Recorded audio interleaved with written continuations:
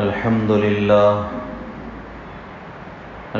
لله الذي حبب إلينا الإيمان وزينه في قلوبنا وكره إلينا الكفر والفسوق والعصيان وجعلنا من الراشدين. یہ سب کون ہے؟ کیا مائک؟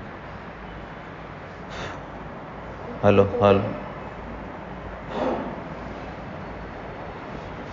سوئچ لوز ہے کیا؟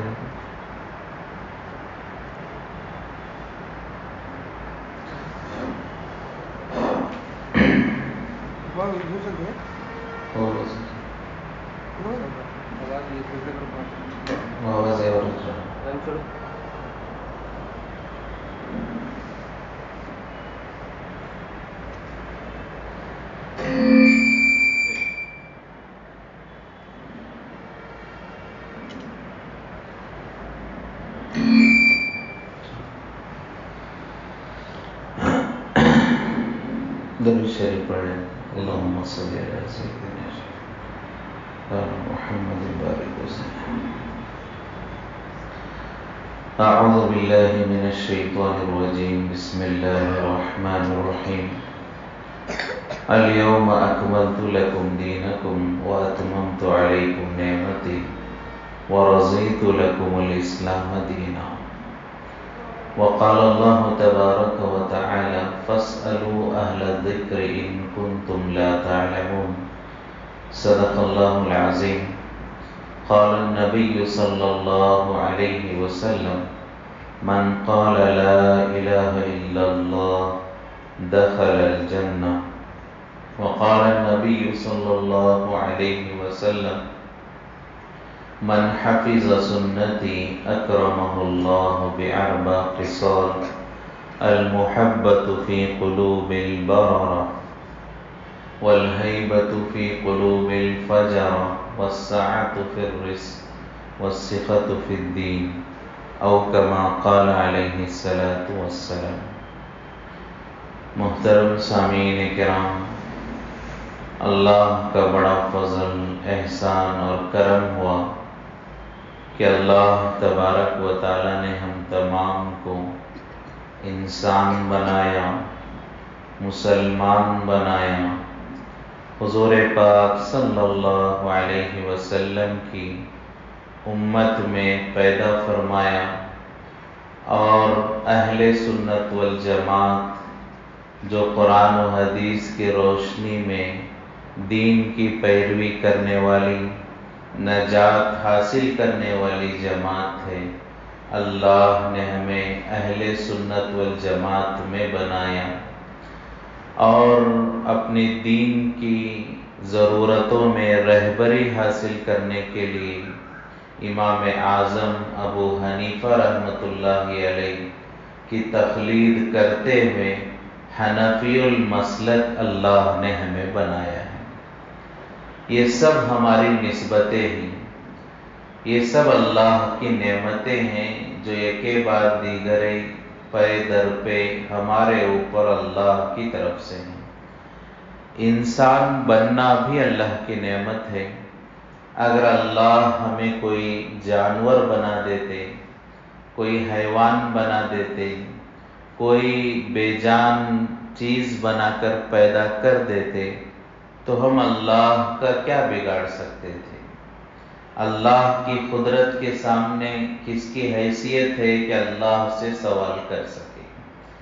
نہ کوئی اللہ سے شکایت کر سکتا ہے، نہ کوئی اللہ سے سوال کر سکتا ہے. یہ تو اللہ کی قدرت ہے کہ اللہ جس کو جو نعمت دینا چاہے وہ نعمت سے سرفراز فرماتے ہیں. تو اللہ کا کرم ہے کہ اللہ نے ہمیں دیگر مخلوقات میں پیدا کرنے کے بجائے اللہ نے اشرف المخلوقات انسان بنا کر پیدا فرمایا. تمام مخلوقات میں سب سے اشرف، سب سے افضل، سب سے بہتر، سب سے زیادہ اللہ کو پسند وہ انسانیت ہے. اللہ کی سب سے پسندیدہ مخلوق ہے. یہاں تک کہ انسان کے علاوہ جتنی مخلوقات ہیں، جتنی نعمتیں ہیں پوری کائنات میں، یہ سب نعمتیں اللہ نے انسان ہی کے لیے بنائی ہیں۔ ان الدنیا خلقت لکم وانکم خلقتم للآخرہ، کہ پوری دنیا کو اللہ نے انسان کے لیے بنایا اور انسان کو اللہ نے اپنے لیے بنایا، اور آخرت کے لیے اللہ نے انسان کو بنایا ہے۔ بڑی بڑی مخلوقات، روزانہ سورج کا نکلنا اپنے وقت پر پوری دنیا کو روشن کرنا اور اس کے ذریعے سے پورے دنیا کے ضروریات کو پورا کرنا، یہ سب اللہ نے انسان کے لیے بنایا ہے۔ ہواؤں کا چلنا اپنی رفتار پر، اور ایسی رفتار کہ ہوا اگر تھوڑی تیز ہو جائے پوری دنیا ہلاک و برباد ہو جائے، اور جو ہے بڑے بڑے پہاڑ ہواؤں میں روئی کی طرح اڑنے لگے، اور اگر ہوا کی رفتار اور سپیڈ اور تیزی تھوڑی اللہ گھٹا دے تو انسان دم گھٹ کر مرنے لگ جائے۔ یہ سب اللہ کا نظام ہے کہ اپنی رفتار سے اللہ ہوا کو چلاتے ہیں اور انسانوں کو زندگی کا ذریعہ بناتے ہیں، اور انسان کی ضرورتوں کو اللہ پورا کرتے ہیں۔ اللہ آسمان سے بارش برساتے ہیں، زمین سے غلہ اگاتے ہیں، یہ سب انسان کے خاطر ہیں۔ انسان کے علاوہ تمام مخلوقات، یہاں تک کہ فرشتے بھی انسان کی خدمت کے لیے اللہ نے پیدا فرمائے ہیں۔ تو اللہ کا کرم ہے کہ اللہ نے ہمیں اشرف المخلوقات بنایا۔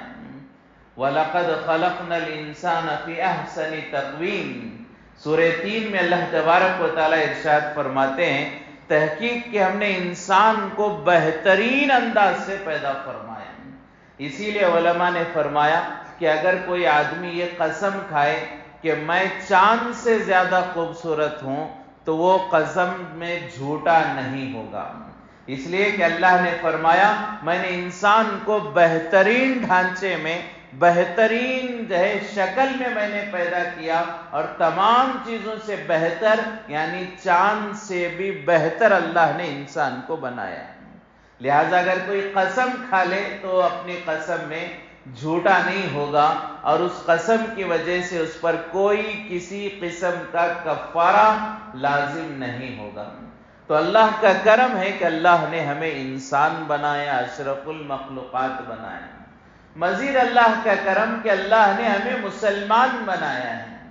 پوری دنیا میں بہت سارے انسان ہیں، کوئی یہودی ہے، کوئی نصرانی ہے، کوئی اللہ کا انکار کرنے والا ہے، کوئی نبی کا انکار کرنے والا ہے، کوئی قرآن کا انکار کرنے والا ہے، کوئی آخرت کا انکار کرنے والا ہے، لیکن اللہ کا کرم کہ اللہ نے ہمیں نہ یہودیوں میں پیدا فرمایا، نہ نصرانیوں میں اللہ نے پیدا فرمایا، نہ قرآن اور نبی کا انکار کرنے والوں میں اللہ نے ہمیں بنایا، بلکہ فرمایا کہ اللہ کا کرم ہے کہ اللہ نے ہمیں مسلمان بنایا ہے۔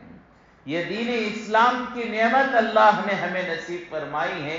اگر اللہ ہمیں کسی یہودی کے گھر میں پیدا کر دیتا تو ہم اللہ کا کیا بگاڑ سکتے ہیں؟ اگر اللہ ہمیں کفر و شرک کے ماحول میں کسی کافر کے گھر میں پیدا کر دیتا، معلوم نہیں آج ہم کس جگہ پتھر کی عبادت کرتے، کس درخت کے سامنے اپنا سر جھکاتے، اور کیسی گندگی اور ناپاکی کی زندگی گزارتے، وہ اللہ ہی بہتر جانتا ہے۔ تو اللہ کا کرم ہے کہ اللہ نے نہ ہمیں یہودی بنا کر پیدا کیا، نہ نصرانی بنا کر پیدا کیا، اور نہ ہی اللہ تبارک و تعالیٰ نے ہمیں جو ہے کفر و شرک میں پیدا کیا۔ اللہ کا کرم ہے کہ اللہ نے ہمیں مسلمان بنایا ہے۔ دین اسلام کی نعمت اللہ نے ہمیں عطا فرمائی ہے، یہ سب سے بڑی نعمت ہے۔ اللہ تبارک و تعالیٰ نے ارشاد فرمایا، اليوم اکملت لکم دینکم واتممت علیکم نعمتی ورضیت لکم الاسلام دینا۔ اللہ نے قرآن میں حجۃ الوداع کے موقع پر یہ آیت نازل فرمائی کہ جو حضور پاک صلی اللہ علیہ وسلم کے زندگی کے آخری لمحات ہیں، ذی الحجہ کی 9 تاریخ کو یہ آیت نازل ہوئی ہے۔ اس کے بعد ذی الحجہ کے بعد محرم کا مہینہ، پھر جو ہے سفر کا مہینہ، پھر ربیع الاول کے مہینے میں حضور پاک صلی اللہ علیہ وسلم کی وفات 12 ربیع الاول کو ہوئی ہے۔ یعنی حضور پاک صلی اللہ علیہ وسلم کے انتقال سے 2-2.5 مہینے پہلے اللہ نے آیت نازل فرمائی، اور اس میں اللہ نے خوشخبری بیان فرمائی، الیوم اکملت لکم دینکم، کہ آج میں نے تمہارے دین کو کامل و مکمل کر دیا، وَرَضِيتُ لَكُمُ الْإِسْلَامَ دِينًا، اور میں نے تمہارے لیے دین اسلام کو زندگی گزارنے کا راستہ پسند کیا ہے۔ اللہ نے پسند کیا، رضیت، اللہ فرما رہے ہیں میں نے پسند کیا، لَكُمُ الْإِسْلَامَ دِينًا، تمہارے لیے دین اسلام کو زندگی گزارنے کا راستہ اور اسلام کو دین بنا کر میں نے تمہارے لیے پسند فرمایا۔ تو یہ بہت بڑی نعمت ہے، کامل و مکمل دین ہے، قیامت تک آنے والے ہر ایک انسان کے ہر ایک مسئلے کا حل اللہ نے دین میں رکھا ہے۔ تو ایسا پاکیزہ دین، ایسا کامیابی والا دین جس پر آدمی زندگی گزار کر جنت تک پہنچ سکتا ہے، جہنم سے بچ سکتا ہے، اللہ کی رضامندی حاصل کر سکتا ہے، اللہ کی ناراضگی سے اپنے آپ کو بچا سکتا ہے، اور دنیا اور آخرت کی کامیابی حاصل کر سکتا ہے، ایسا پاکیزہ اور مبارک دین اللہ نے ہمیں عطا فرمایا۔ اور اللہ کا کرم ہے کہ اللہ نے حضور پاک صلی اللہ علیہ وسلم کی امت میں اللہ نے ہمیں پیدا فرمایا۔ حضور پاک صلی اللہ علیہ وسلم کی امت میں پیدا ہونا ایک بہت بڑی نعمت ہے۔ آپ صلی اللہ علیہ وسلم کی امت، فرمایا کہ آپ صلی اللہ علیہ وسلم نے لا نبی بعدی ولا امت بعدکم، کہ میرے بعد کوئی نبی نہیں، تمہارے بعد کوئی امت نہیں۔ آخری نبی کی آخری امت بنا کر اللہ نے ہمیں دنیا میں بھیجا ہے، اور اتنی بڑی فضیلت ہے کہ یہ امت دنیا میں سب سے اخیر میں آئی ہے۔ آدم علیہ السلام کے ماننے والے ہزاروں سال پہلے آئے، موسیٰ علیہ السلام کے ماننے والے ہمارے سے ہزاروں سال پہلے دنیا میں آئے، بہت سے صحابہ، بہت سارے نبیوں کی قومیں ہمارے سے سینکڑوں سال پہلے دنیا میں آئی ہیں، لیکن سب سے پہلے جنت میں ہم اور آپ جائیں گے، اس کے بعد دوسرے نبیوں کی قوموں کو اللہ جنت میں داخل فرمائیں گے۔ دنیا میں آنے کے اعتبار سے تو امت محمدیہ سب سے آخری امت ہے، لیکن جنت میں جانے کے اعتبار سے امت محمدیہ سب سے پہلی امت ہے۔ مثال دے کر جو ہے یوں سمجھانے کی کوشش کرتے ہیں کہ فرمائیں کہ ایک جو ہے میکینک ہے، گاڑی ریپیئر کر رہا ہے، تو پہلے اس کا کور نکالتا ہے، پھر اس کے اوپر کے پارٹس نکالتا ہے، پھر اس کے اندر کے پارٹس نکالتا ہے، پھر آخر میں جو سب سے اندر کا پارٹ تھا، جو ٹوٹ گیا تھا، گھس گیا تھا، خراب ہو گیا تھا، جس کی خرابی کی وجہ سے گاڑی بند پڑ گئی تھی، جو ہے سب سے آخر میں اس پارٹ کو نکالتا ہے اور اسے جو ہے درست کرتا ہے یا اسے تبدیل کرتا ہے، پھر سب سے پہلے اس پارٹ کو رکھتا ہے۔ نکالنے میں تو پہلے کور نکالا تھا، پھر اوپر کے پارٹس نکالے تھے، پھر اس کے بعد والا لیئر نکالا تھا، آخر میں اندر کی چیز نکالی تھی، لیکن رکھنے میں، فٹ کرنے میں، دوبارہ جوڑنے میں جو سب سے لاسٹ میں نکالا تھا اسے سب سے پہلے رکھا جاتا ہے، پھر اس کے بعد والے کو رکھا جاتا ہے، پھر اس کے بعد والے کو رکھا جاتا ہے۔ بالکل اسی طرح فرمایا کہ یہ امت دنیا میں تو سب سے اخیر میں آئی تھی، لیکن جنت میں سب سے پہلے داخل ہوگی۔ بلکہ یہاں تک یوں بھی کہا گیا کہ جب تک یہ امت جنت میں داخل نہ ہو جائے، کسی اور قوم کو جنت میں داخل ہونے کی اجازت نہیں دی جائے گی۔ تو اللہ کا کرم ہے کہ اللہ تبارک و تعالیٰ نے امام الانبیاء، خاتم المرسلین حضور پاک صلی اللہ علیہ وسلم کی امت میں اللہ نے پیدا فرمایا، اور بہت ساری فضیلتوں سے اللہ نے ہمیں نوازا ہے، بہت ساری نعمتوں سے اللہ نے ہمیں نوازا ہے، اور بہت ساری عبادتیں ہمیں ایسی دی گئی ہیں حضور پاک صلی اللہ علیہ وسلم کی برکت سے کہ عبادت معمولی ہے لیکن اجر بڑا ہے، ثواب بڑا ہے۔ جیسا کہ اس سے پہلے بھی ایک حدیث جو ہے گزشتہ سنائی گئی تھی کسی موقع پر کہ ایک مرتبہ حضور پاک صلی اللہ علیہ وسلم نے فرمایا میری امت اور پچھلے قوموں کی مثال ایسی ہے کہ جیسے ایک مزدور آیا صبح سے ظہر تک کام کرتا رہا، اسے اللہ نے ایک اجر دے دیا، پھر ایک دوسرا مزدور آیا، وہ ظہر سے عصر تک کام کرتا رہا، اسے ایک اجر دیا گیا، اور ایک تیسرا مزدور آیا جو صرف عصر سے مغرب تک جو مختصر وقت ہے اتنا وقت اس نے کام کیا اور اسے دوہرا ڈبل اجر دیا گیا۔ تو فرمایا کہ یہ میری امت اور پچھلے قوموں کی مثال ہے کہ جو ہے پچھلے قوموں کی محنت زیادہ اور اجر اور بدلہ کم دیا گیا، اور میری امت کو اللہ نے محنت کم عطا فرمائی لیکن اجر و ثواب اللہ نے زیادہ عطا فرمایا۔ تو یہ حضور پاک صلی اللہ علیہ وسلم کی امت ہے، یہ مستقل عنوان ہے جو ہمارا اس وقت کا عنوان نہیں ہے، بڑے فضائل ہیں حضور پاک صلی اللہ علیہ وسلم کی امت کی۔ تو اللہ کا کرم ہے کہ اللہ تبارک و تعالیٰ نے ہمیں حضور پاک صلی اللہ علیہ وسلم کی امت میں پیدا فرمایا۔ مزید اللہ کا کرم ہے کہ اللہ نے ہمیں اہل سنت والجماعت میں پیدا فرمایا۔ اللہ نے ہمیں جو جوڑا ہے، دین کی نسبت عطا فرمائی ہے حضور پاک صلی اللہ علیہ وسلم کی امت میں، اہل سنت والجماعت سے نسبت اللہ نے ہمیں عطا فرمائی۔ ورنہ بہت سارے فرقے ایسے نظر آتے ہیں، فرقے باطلہ جو عقائد میں ہٹ گئے ہیں اور ان کے نظریات اسلامی نظریات سے ہٹ گئے ہیں، اور ایسے بدعات اور خرافات میں وہ منہمک ہو چکے ہیں کہ العیاذ باللہ کہ بہت سارے لوگ ان عقائد ان نظریات کی وجہ سے جو ہے فاسق و فاجر بنتے چلے جا رہے ہیں، اور العیاذ باللہ بہت سارے لوگ ایسے بھی نظر آئیں گے کہ ان کے ایمان بھی خطرے میں پڑ جاتا ہے۔ تو اللہ کا کرم ہے کہ اللہ نے ہمیں اہل سنت والجماعت کی نسبت عطا فرمائی۔ مزید اللہ کا کرم ہے کہ اللہ تبارک و تعالیٰ نے ہمیں حنفی المسلک بنایا۔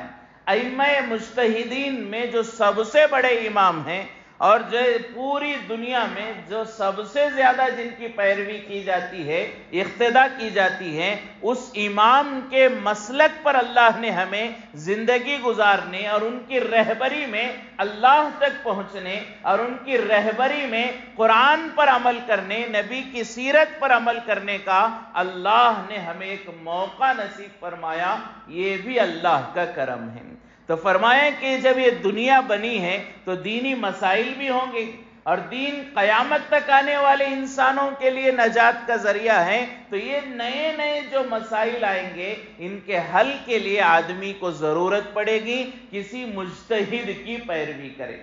ظاہر بات ہے ہر مسلمان کا یہ عقیدہ ہے، الحمدللہ ہم سب کا یہ عقیدہ ہے، شاید پوری دنیا میں کوئی مسلمان نہیں ہوگا جو اس بات کو انکار کرے گا کہ قیامت تک آنے والے انسانوں کی نجات اللہ نے دین اسلام میں رکھی ہے۔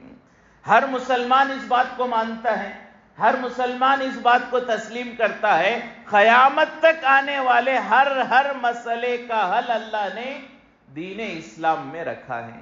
ہر آدمی کی کامیابی اللہ نے دین اسلام میں رکھا ہے۔ اب جیسے جیسے دنیا قیامت کے قریب جا رہی ہے، نئی نئی تحقیقات ہو رہی ہیں، نئی نئی ایجادات ہو رہے ہیں، نئے نئے مسائل پیش آ رہے ہیں، تو ظاہر بات ہے کہ ان مسائل کا حل بھی دین اسلام میں ہوگا۔ اور قرآن و حدیث کے اعتبار سے دیکھا جائے تو بہت مختصر مسائل ہمیں ملتے ہیں، اس کے علاوہ ایک بڑا مسئلہ، بہت سارے مسائل امت کے ایسے ہیں جن کی تفصیلات قرآن اور حدیث اور اجماع میں نہیں ملتی، جس کی وجہ سے آدمی مجبور ہو جاتا ہے کسی مجتہد، کسی اچھے جو دین کی جانکاری رکھنے والا آدمی ہے اس کی پیروی کرے، جسے عام طور پر ہماری زبان میں تقلید ہم کہتے ہیں، تقلید کرنے پر مجبور ہو جاتا ہے۔ یہ کوئی غلط بات نہیں ہے، انسان کی ضرورت ہے۔ مثال کے طور پر اللہ نے ہمیں دنیا میں بھیجا ہے تو ہماری دو ضرورتیں ہیں۔ دنیا میں انسان کو اللہ نے بھیجا ہے تو انسان کی دو ضرورتیں، دو قسم کی ضرورتیں، ایک دنیاوی ضرورت ہے، دوسرا دینی ضرورت ہے۔ انسان کو، ہر انسان کی جو ضرورتیں ہیں، اگر ہم اسے ڈیوائیڈ کریں، اسے تقسیم کیا جائے تو دو حصوں میں تقسیم کر سکتے ہیں کہ ہر انسان کی ایک دنیاوی ضرورت ہوتی ہے اور ایک دینی ضرورت ہوتی ہے۔ دنیاوی ضرورت میں آدمی آگے بڑھتا جا رہا ہے، کوئی آدمی ایجاد کرتا ہے، سب لوگ اس کی پیروی کرتے ہیں۔ مثال کے طور پر ایک آدمی نے پلین بنایا، ایک آدمی نے ہوائی جہاز بنایا، اب جو ہے اس نے ایجاد کیا، ہوائی جہاز کو ایجاد کیا، اب اس ایجاد کرنے والے کو موجد کہتے ہیں۔ ایجاد کرنے والے کو کیا کہتے ہیں؟ موجد کہتے ہیں۔ اب میں یہ نہیں کہوں گا کہ وہ بھی انسان ہے، وہ ہوائی جہاز ایجاد کر رہا ہے تو میں بھی ایجاد کروں گا، میں ہوائی جہاز بناؤں گا پھر اس میں بیٹھوں گا۔ کوئی دنیا کا عقل مند انسان نہیں کہے گا۔ ایک انسان ہوائی جہاز بنایا، پورے دنیا کے انسان اس میں سفر کر رہے ہیں، اب اس میں سفر کر رہے ہیں، اپنا وقت بچا رہے ہیں، اپنے مسائل حل کر رہے ہیں، تو یہ ایک ضرورت اس کے ذریعے سے پورا کر رہے ہیں۔ تو دنیا کی بہت ساری ضرورتیں ہیں، اس میں بعض لوگ ایجاد کرتے ہیں، بعض لوگ اس ایجاد کرنے والے سے نفع اٹھاتے ہیں۔ ہر آدمی ایروپلین نہیں بناتا، ہر آدمی ٹرین نہیں بناتا، ہر آدمی کیلکولیٹر نہیں بناتا، ہر آدمی کمپیوٹر نہیں بناتا، ہر آدمی موبائل نہیں بناتا، ہر آدمی جو ہے سلائی کی مشین نہیں بناتا، ہر آدمی کوکر نہیں بناتا، فریج نہیں بناتا، واشنگ مشین نہیں بناتا۔ یہ دنیا کی جو ایجادات ہیں ہر آدمی نہیں بناتا ہے، جو ماہر ہے بناتے ہیں، ہم سب اس سے نفع اٹھاتے ہیں۔ اگر ایسے سوچا جائے کہ میں خود بناؤں تو گھر میں چولہا بھی مجھے بنانا پڑے گا، واشنگ مشین بھی مجھے بنانی پڑے گی، فریج بھی مجھے بنانا پڑے گا، اوون بھی مجھے بنانا پڑے گا، سلائی مشین بھی مجھے بنانی پڑے گی، کیلکولیٹر بھی مجھے بنانا پڑے گا۔ یہ دنیا میں کوئی انسان تو ایسا نہیں کہتا۔ کسی نے کیلکولیٹر بنایا، ہم سب استعمال کرتے ہیں، کسی نے کوکر بنایا، ہم سب استعمال کرتے ہیں، کسی نے واشنگ مشین بنائی، ہم سب استعمال کرتے ہیں۔ تو دنیا کی ضرورت میں جو طریقہ ہے، ایک آدمی ایجاد کرتا ہے، سب نفع اٹھاتے ہیں۔ بالکل اسی طرح دین کے مسائل میں ائمہ مجتہدین جنہیں ہم امام کہتے ہیں، وہ مسائل اجتہاد کرتے ہیں، ہم سب پیروی کرتے ہیں۔ انہوں نے نماز کیسی پڑھنی ہے امام ابو حنیفہ نے بتایا، اب ہم پڑھ رہے ہیں۔ اس کا مطلب یہ نہیں کہ میں خود حدیثوں سے قرآن سے نماز تلاش کروں اور جب نماز کے پورے مسائل مل جائیں تب نماز پڑھوں گا، جب روزے کے پورے مسائل مجھے قرآن و حدیث سے مل جائیں تب میں روزہ رکھوں گا، جب حج کے تمام مسائل قرآن و حدیث سے میں تلاش کر لوں تب میں حج کروں گا۔ نہیں، جیسے واشنگ مشین فریج ہر ایک آدمی ایجاد نہیں کرتا، ایسے ہر ایک مسئلہ ہر ایک مسلمان اور امتی تحقیق نہیں کرتا، اسے مجبوراً کسی کی تحقیق پر اعتماد کرنا پڑے گا۔ اب کسی نے پلین بنایا، ہم سب نفع اٹھاتے ہیں، اب اس میں بیٹھ کر لوگ حج کو جاتے ہیں، تو کیا حج کو جانا غلط ہو گیا؟ ایسا ہرگز نہیں۔ ایک آدمی ایجاد کرتا ہے، سب نفع اٹھاتے ہیں۔ اس پلین بنانے والے کو خدا نہیں کہتے، یاد رکھ لیں، ذہن میں رکھ لیں، پلین بنانے والے کو ہم خدا نہیں کہتے، اسے رسول نہیں کہتے، لیکن اس کی پیروی کرتے۔ اس کی کیا کرتے؟ پیروی کرتے، اس کی بنائی ہوئی چیز سے نفع اٹھاتے، اسے خدا نہیں سمجھتے، اسے رسول نہیں سمجھتے، اسے موجد سمجھتے ہیں، لیکن اسے نفع اٹھاتے ہیں۔ اسی طرح امام ابو حنیفہ رحمۃ اللہ علیہ، امام شافعی رحمۃ اللہ علیہ، امام احمد بن حنبل رحمۃ اللہ علیہ، امام مالک رحمۃ اللہ علیہ، ان کو خدا نہیں سمجھتے، انہیں ہم رسول نہیں سمجھتے، انہیں اللہ اور اللہ کے رسول سے ہٹ کر امام نہیں سمجھتے، انہیں مجتہد سمجھتے ہیں، انہیں امام سمجھتے ہیں، ان کے بتائی ہوئی چیزوں سے نفع اٹھاتے ہیں۔ پلین بنانے والے کو ہم خدا نہیں سمجھتے، مسئلہ بتانے والے امام ابو حنیفہ کو ہم خدا نہیں سمجھتے، پلین بنانے والے کو ہم نبی نہیں سمجھتے، تو امام ابو حنیفہ کو ہم نبی نہیں سمجھتے۔ جیسے دنیا کی ضرورتوں میں کسی کی پیروی کرتے ہیں اور اسے ضروری سمجھا جاتا ہے اور اس کے بغیر چارہ نہیں ہے، بالکل اسی طرح فرمایا کہ آخرت کی، دین کی ضرورتوں میں بھی ہم کسی کی پیروی کرتے ہیں، اور یہ ہماری مجبوری ہے اس کے بغیر حل ہی نہیں ہو سکتا، اس کے بغیر حل ہی نہیں ہو سکتا جب تک ہم کسی کی پیروی نہ کریں، دنیا کی چیزوں میں بھی اور دین کی چیزوں میں بھی۔ مثال کے طور پر قرآن میں اللہ تبارک و تعالیٰ نے ارشاد فرمایا وَارْكَعُوا مَعَ الرَّاكِعِينَ، رکوع کرو رکوع کرنے والوں کے ساتھ، اور ایک جگہ فرمایا وَارْكَعُوا وَاسْجُدُوا، رکوع کرو اور سجدہ کرو۔ اب قرآن میں رکوع کرنے کا حکم اللہ نے دیا ہے، کیسے رکوع کریں یہ قرآن میں اللہ نے نہیں بیان فرمایا۔ اللہ نے صرف کیا حکم دیا؟ رکوع کرو۔ کیسے کرنا ہے؟ حضور پاک صلی اللہ علیہ وسلم کی سنت ہم دیکھیں گے، قرآن میں حکم ملا رکوع کرو، اب کیسے کرنا ہے قرآن میں تفصیل، ڈیٹیل، وضاحت نہیں ہے۔ اب ہم کیا کریں گے؟ سنت میں دیکھیں گے۔ حضور پاک صلی اللہ علیہ وسلم نے فرمایا اللہ اکبر کہتے ہوئے رکوع میں جاؤ، اپنی کمر سیدھی کرو، گھٹنوں پر ہاتھ رکھو، سبحان ربی العظیم جو ہے پڑھتے رہو، یہ پھر اس کے بعد اللہ سمیع اللہ لمن حمیدہ کہتے ہوئے کھڑے ہو جاؤ۔ یہ حضور پاک صلی اللہ علیہ وسلم نے رکوع کرنے کا طریقہ بتایا۔ قرآن میں کیا ملا ہمیں؟ رکوع کرنا ہے یہ ملا، کیسے کرنا ہے یہ کہاں ملا؟ یہ قرآن میں ہمیں نہیں ملا، حضور پاک صلی اللہ علیہ وسلم کی زندگی میں ہمیں ملا کہ اللہ اکبر کہتے ہوئے جانا ہے، کمر سیدھی کرنی ہے، گھٹنوں کو پکڑ کر کھڑے رہنا ہے، سبحان ربی العظیم کی تسبیح پڑھنی ہے، پھر جو ہے تکبیر کہتے ہوئے ہمیں کھڑے ہونا ہے۔ یہ حضور پاک صلی اللہ علیہ وسلم کی سنت سے ہمیں ملا۔ اب مسئلہ اس سے آگے، امام جب نماز پڑھا رہا ہے تو زور سے اللہ اکبر کہتا ہے۔ امام نماز پڑھاتے ہوئے کیسے اللہ اکبر کہتے ہیں؟ رکوع میں جاتے ہوئے کیا کہتے ہیں؟ اللہ اکبر۔ کیسے کہتے ہیں؟ زور سے کہتے ہیں۔ ہم پیچھے مقتدی اللہ اکبر کیسے کہتے ہیں؟ آہستہ کہتے ہیں۔ پھر امام اور مقتدی دونوں تسبیح آہستہ پڑھتے ہیں، سبحان ربی العظیم امام بھی آہستہ پڑھتا ہے، مقتدی بھی، پیچھے والے بھی آہستہ پڑھتے ہیں۔ پھر سمیع اللہ لمن حمیدہ امام زور سے کہتے ہیں، پیچھے کھڑے رہنے والے مقتدی آہستہ سے ربنا ولک الحمد کہتے ہیں۔ اب یہ حدیث میں نہیں ملے گا ہمیں کہ امام زور سے کہہ رہا ہے اور مقتدی کیا کہہ رہے ہیں؟ آسانی اندر بغیر آواز کے آہستہ سے کہہ رہے ہیں، یہ حدیث میں بھی نہیں ملا۔ یہ کہاں ملا؟ یہ اجماع امت سے ملا۔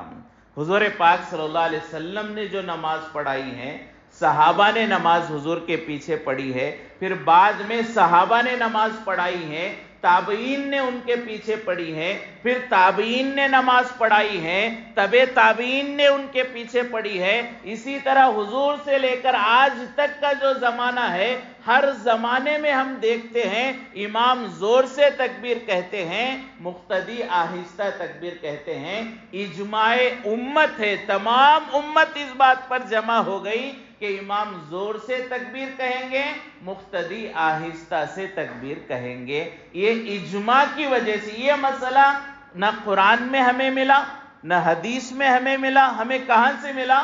اجماع امت کے ذریعے یہ مسئلہ ملا۔ اس کی ایک وجہ یہ بھی ہے، اجماع امت اس پر کیوں ہوا؟ اس لیے کہ اصل اللہ کا ذکر آہستہ کرنا ہے۔ اللہ کو یاد کیسے کرنا ہے؟ اصل حق کیا ہے اللہ کو یاد کرنے کا؟ کہ آدمی آہستہ سے دل میں اللہ کو یاد کرے۔ لیکن جہاں دوسروں کو سنانا مقصود ہے، وہاں زور سے جو ہے اللہ کا ذکر کریں گے۔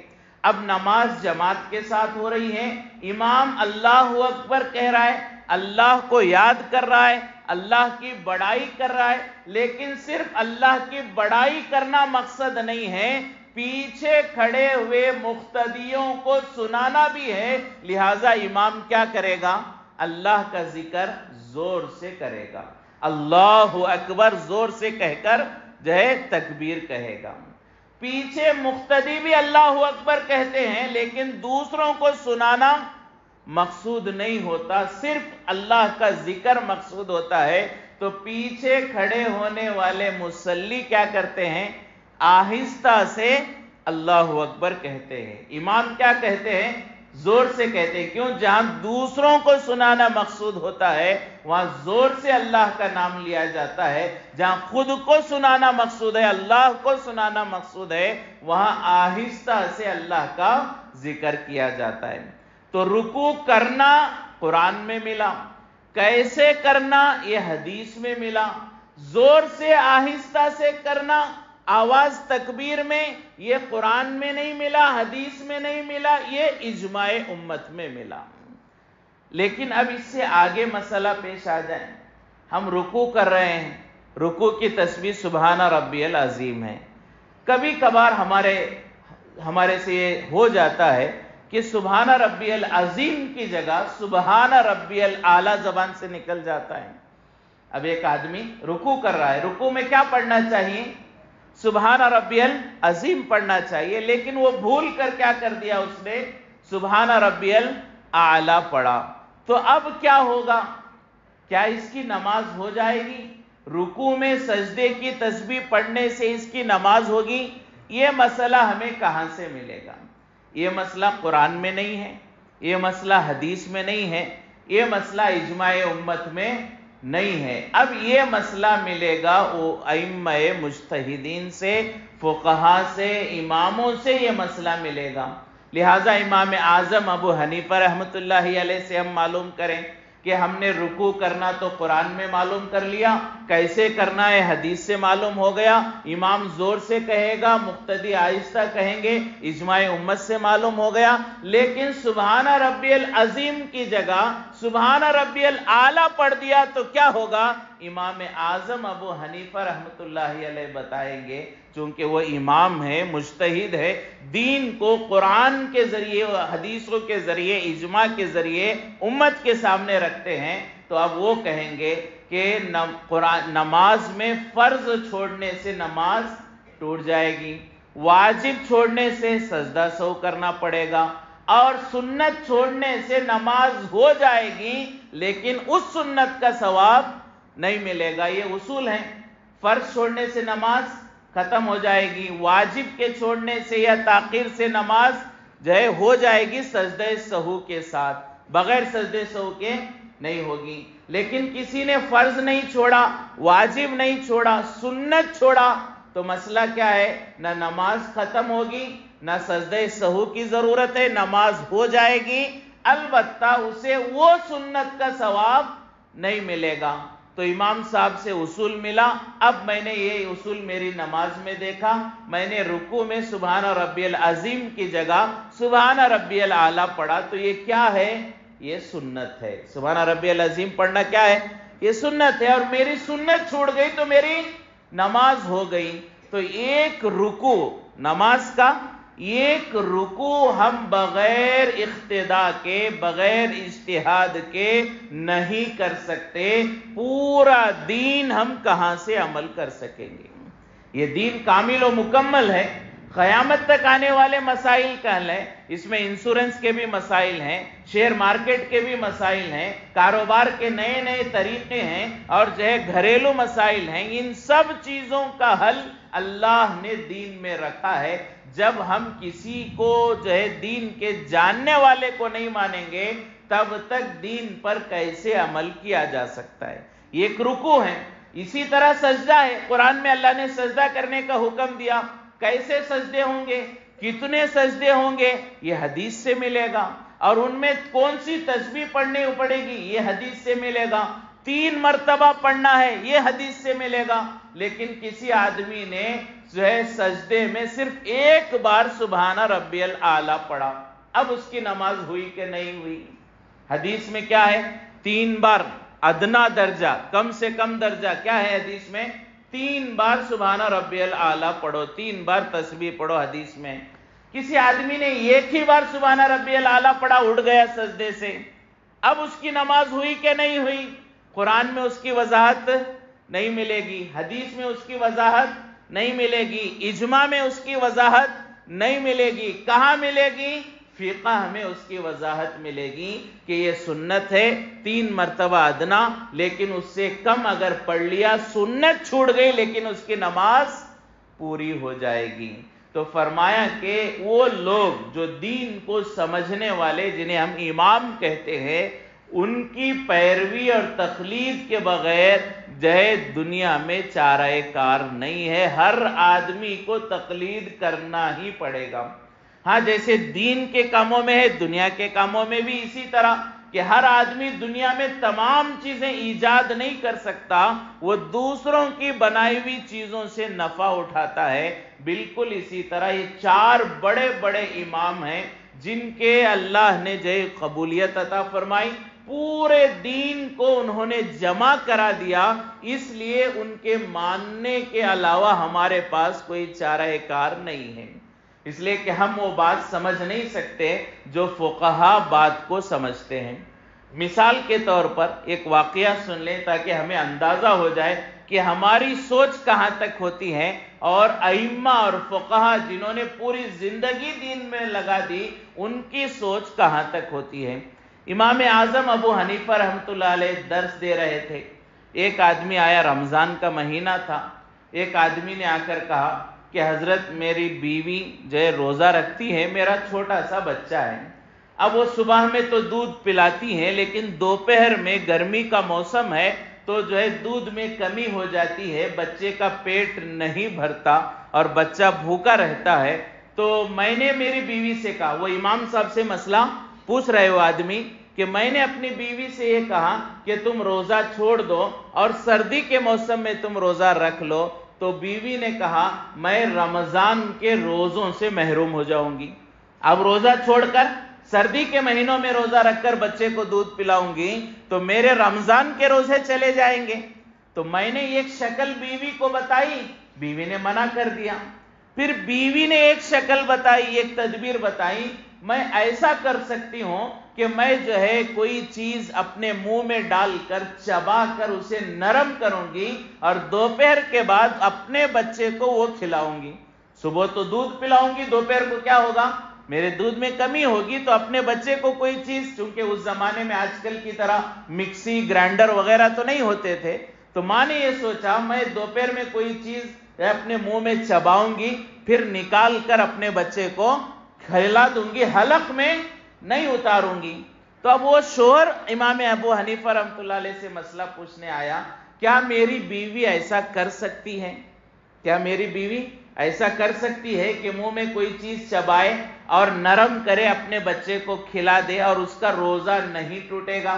کیا یہ کرنے کی گنجائش ہے؟ کیا اس سے روزہ ٹوٹے گا؟ نہیں ٹوٹے گا، سوال کیا۔